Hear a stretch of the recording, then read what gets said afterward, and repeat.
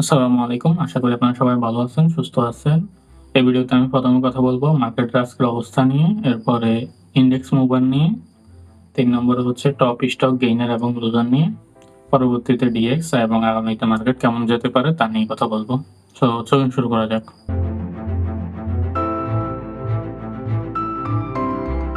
তো প্রথমত আপনি দেখতে পাচ্ছেন মার্কেট আজকে ৫,৩৩২ এ থামছে, যেটা আপনার ২২.৭৬ মুভমেন্ট দিয়েছে।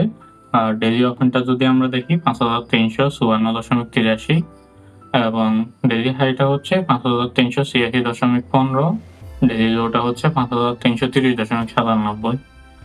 টোটাল ট্রেড যদি আমরা দেখি ২,০৫,০০০ আর টোটাল ভ্যালু হচ্ছে ৮০৫.৪ কোটি। অনলাইন চার্টটা আপনারা দেখতে পাচ্ছেন, বাই সেল প্রেশার দুইটাই ছিল।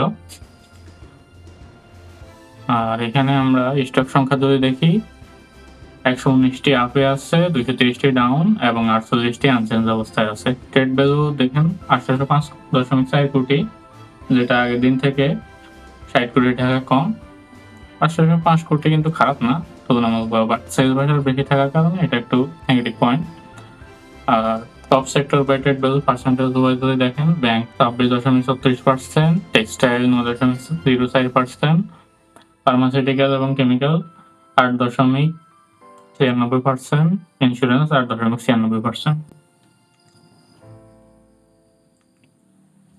এবার আমরা টপ সেক্টর বাই গেইনার এবং লুজার দেখি। টেক্সটাইল সবার উপরে, এরপরে ইঞ্জিনিয়ারিং, এরপরে মিউচুয়াল ফান্ড, এরপরে ব্যাংক। তো টেক্সটাইল উপরে থাকার কারণ হচ্ছে কিছু খবর আছে এই কারণেই।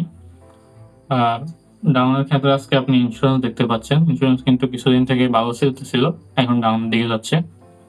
এরপরে ইঞ্জিনিয়ারিং, পরবর্তীতে ফার্মাসিউটিক্যাল এবং কেমিক্যাল।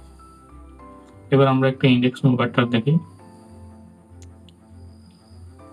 তো পজিটিভ ইমপ্যাক্টে আপনি দেখতে পাচ্ছেন যে রবি কথা সবার উপরে, এরপর ব্র্যাক ব্যাংক, এরপরে এসবি, এরপর সিটি ব্যাংক।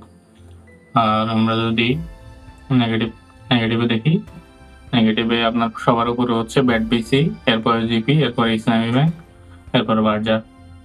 বাকিটা আপনি এখানে দেখতে পাচ্ছেন। এবার আমরা টপ গেইনার এবং টপ লুজার দেখি। তো টপ গেইনারে আপনি দেখতে পাচ্ছেন এখানে একটা ইন্স্যুরেন্স সেক্টর, এরপরে আপনার টেক্সটাইল সেক্টরের, আর আইটি সেক্টরের একটা,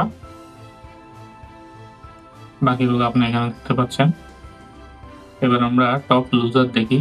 তো টপ লুজারের মধ্যে ফাইন্যান্সিয়াল সেক্টরের উত্তরা ফাইন্যান্স, এরপরে আপনার পদ্মা লাইফ, এরপরে ডেলসি চার্মেন্স ইন্স্যুরেন্স। সো এখানে বাকিগুলো আপনি দেখতে পাচ্ছেন। এবার আমরা ডিএসসিএক্স দেখি। তো ডিএসসিএক্স এ আপনি দেখতে পাচ্ছেন আজকে আপনার ভলিউমটা কালকে থেকে অনেক কমে গেছে, যেটা একটা নেগেটিভ পয়েন্ট। আর হিস্টোগ্রামটা আপনি এখানে দেখতে পাচ্ছেন, হিস্টোগ্রামটা আগে থেকে ছোট হয়ে গেছে, এটা একটা নেগেটিভ পয়েন্ট। মার্কেট কিছুটা কারেকশন হচ্ছে এবং এই ক্ষেত্রে এখনো ট্রেডিং স্টকগুলোর উপরে খুব একটা বেশি প্রভাব পড়ে নাই যতটা আমরা ভাবছি। বেশিরভাগই বড় ফান্ডামেন্টাল স্টক স্লোলি কমতেছে। সো হয়তোবা আপনি ১-২ দিনের মধ্যেই কালকে যদি কমে তাহলে আপনি ট্রেডিং স্টকে প্রভাব দেখবেন। সো এই ক্ষেত্রে একটু সতর্ক হয়ে যান। আজ এই পর্যন্তই। ধন্যবাদ সবাইকে। আসসালামু আলাইকুম।